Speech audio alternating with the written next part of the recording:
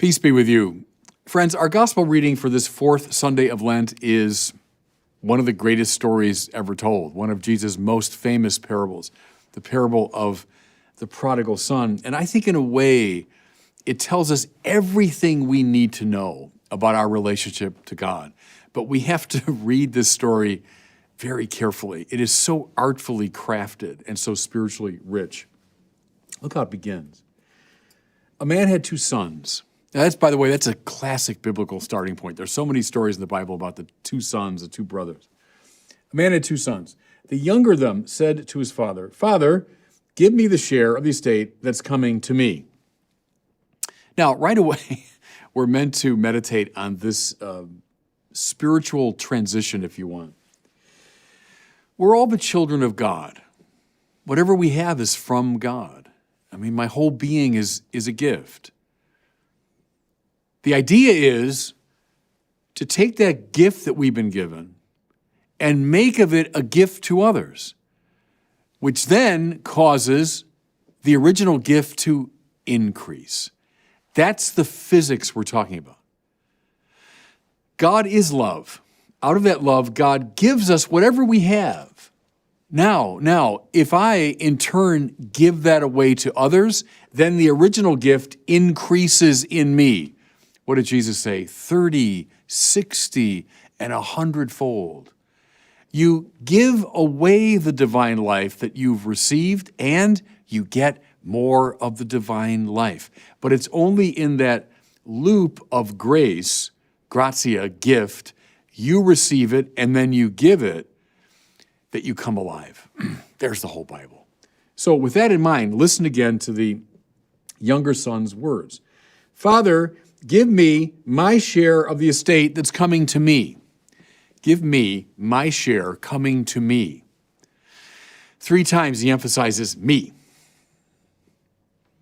I want to have all of this as my possession. Now watch what's happened there. Instead of giving the gift that he's received, he wants to hang on to the gift as his possession. What does that do? It interrupts the loop and the flow of grace. And therefore, the divine gift stops being what it's supposed to be. It now becomes this little possession of mine. That's sin, everybody. That's what sin looks like. I love, too, the detail on something awful about it, but I mean almost comical, is what the son is saying to his loving father is, why don't you hurry up and die? In other words, I'm not willing to wait for you to die to get my share of the inheritance. Give it to me now. I mean, it's hard to imagine anything more insulting to his father. How often we sinners insult the giver of the gift. How often we make demands. It's our expectations. Give me. Come on, what's the matter with you, God? Everything we have is already a gift. But listen now, God respects our freedom. So when we turn rebellious against God, I mean, he doesn't turn us into puppets. He lets us feel the consequences of our decision. So we hear the father divided up the property. Is this what he wanted? No. But it's what his son demanded, and so respecting his freedom, he lets it happen. Well, it's the tragic moment, isn't it? The tragedy of sin is all there. God's grace, by our rebellion, turns into our property and a possession. We lose our way. Now look how beautifully this story recounts this. Where's the son go? Well, it says in our translation, he wanders into a far country. I love the Greek, though, that's behind this. The Greek says he goes into the Kora Makra. What's Makra? Big, right? Macroscopic and so on. What's the Kora? It's the open space. He goes, in other words, into the great emptiness. What's the source of fullness in life? When he's connected to his Father. When he receives the gift from his Father, gives it as a gift, he then is planted in a place of spiritual life, abundance.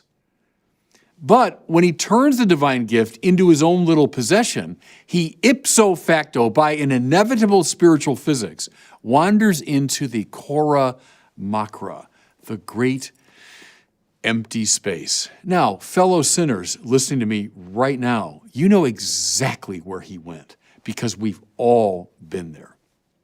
Whenever we reject the divine grace, that's exactly where we wander, into the great emptiness.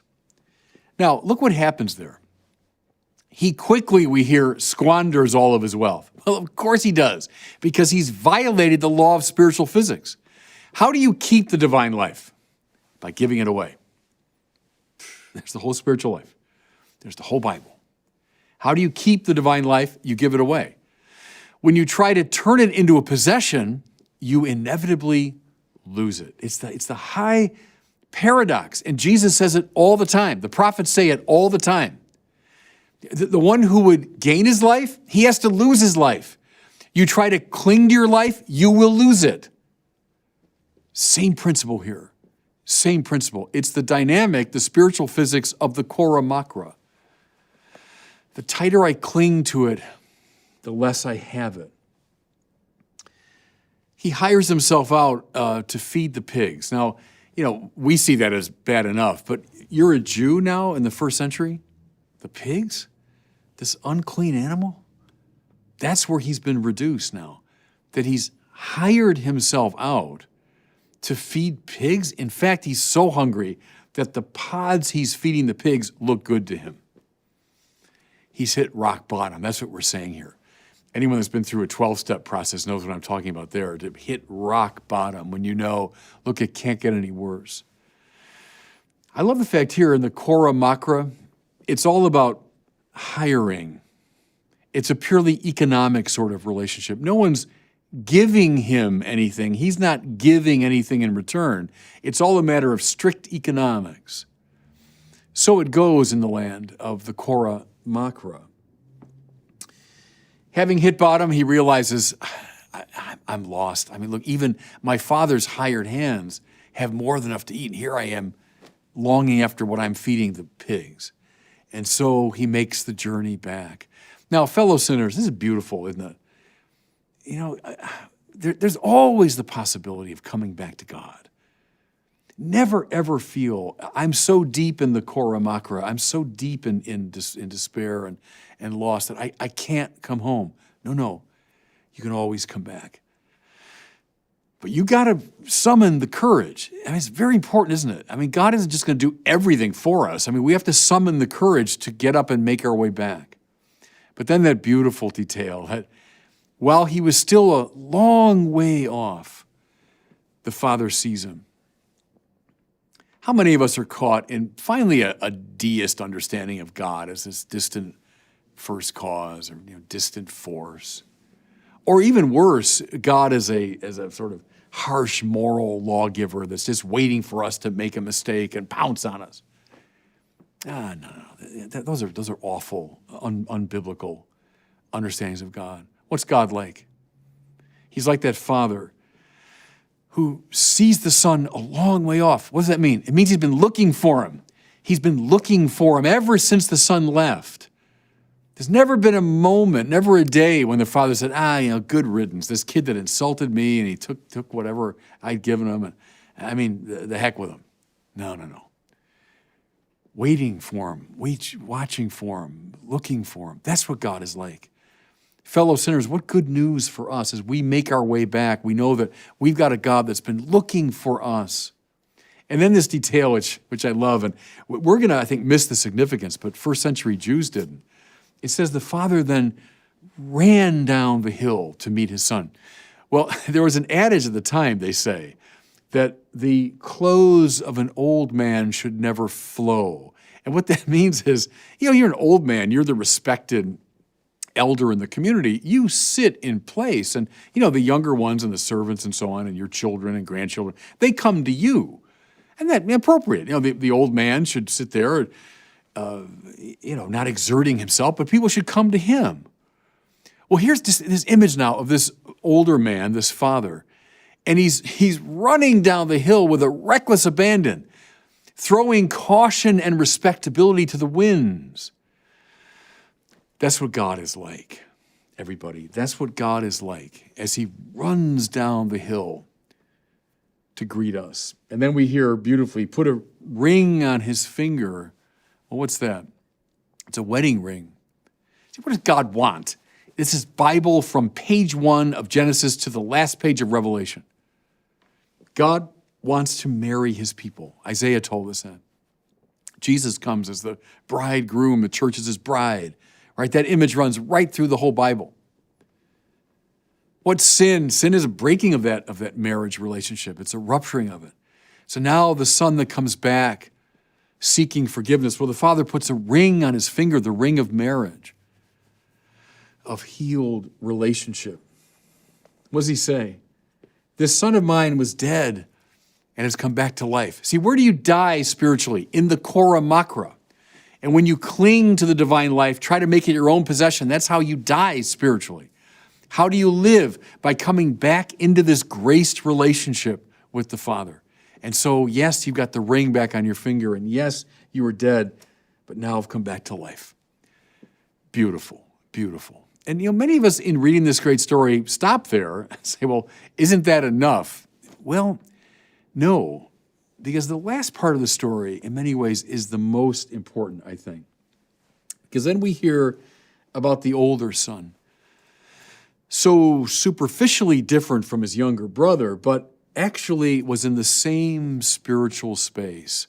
He was, even though he was physically close to home, he was in the Kora Makra too, the great emptiness. How do we know?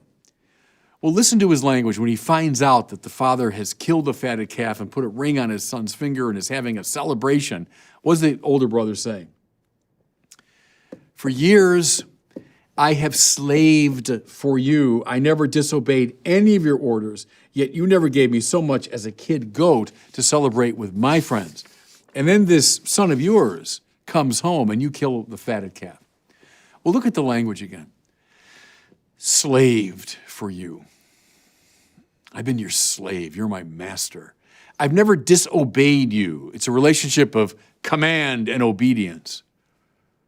I mean, even though he's physically close to the Father, he's completely missed the Father's spirit. He insists on being in this kind of purely economic relationship to him, of exchange. You do this, I'll do that. You're good to me, I'll be good to you. See, that's all Kora Makra language. That's all the language of calculation and hiring and firing. No, that's not how God wants to relate to us. But rather in this loop of grace, I give. You find a way to give it away, and I'll give even more. Now we're talking. Listen what the Father says. My son, you are with me always, and everything I have is yours. If you could only believe it. See, that's the problem with the older brother. He can't believe it. Everything I have is yours. Don't you get it? I'm all about the giving of gifts. God gains nothing from the world. How could he? He created the whole thing. God doesn't benefit from us. Rather, everything we have is sheer gift. Everything I have is yours. If only you could believe it in your heart and then find a way, listen, to conform yourself with that same manner of being, giving away what I've given to you. You'd find your whole life is like a great celebration. Your younger brother was in the same mess you were, but he's come back to life. Implication to the older brother, it's time for you as well. Now, does he respond? We don't know. We don't know. We're both these brothers, all of us sinners. Can we find the right way to relate ourselves to the God who is nothing but gift-giving, nothing but love? And God bless you. Thanks so much for watching. If you enjoyed this video, I invite you to share it and to subscribe to my YouTube channel.